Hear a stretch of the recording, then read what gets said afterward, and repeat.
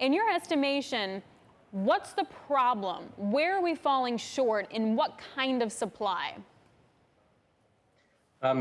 It's clear, like your colleague just said, we're falling short in wind power. The UK is heavily reliant on wind power, as is the rest of Europe. We're currently experiencing about half the amount wind generation that we'd normally expect compared to seasonal averages.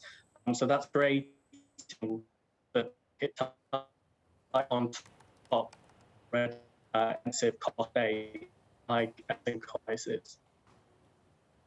We're getting a slight glitch on your line, so I'm hoping that's going to improve. So when the wind starts blowing, is this problem going to go away? To some extent, yes. At the moment, the derated margin, so the amount of spare capacity that we have on the system is very tight, and that's because of the lower than expected wind. So when the wind does return, we would expect that margin to improve. That will reduce the scarcity in the market. However, there will be some upward pressure from commodity prices as well.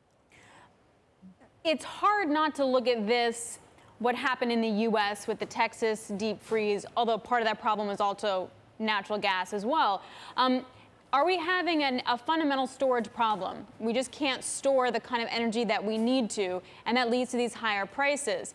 Does that mean that we're going to have to just deal with higher prices until we get over this green energy transition hump?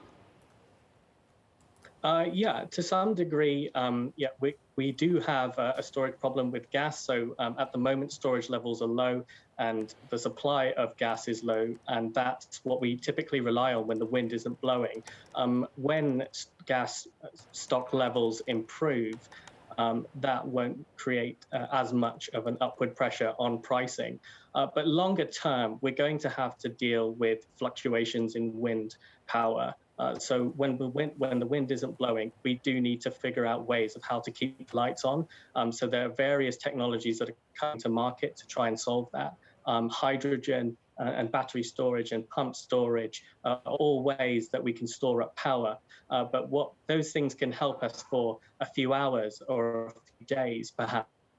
But when we experience long lulls of wind, that's when we probably need to turn to gas.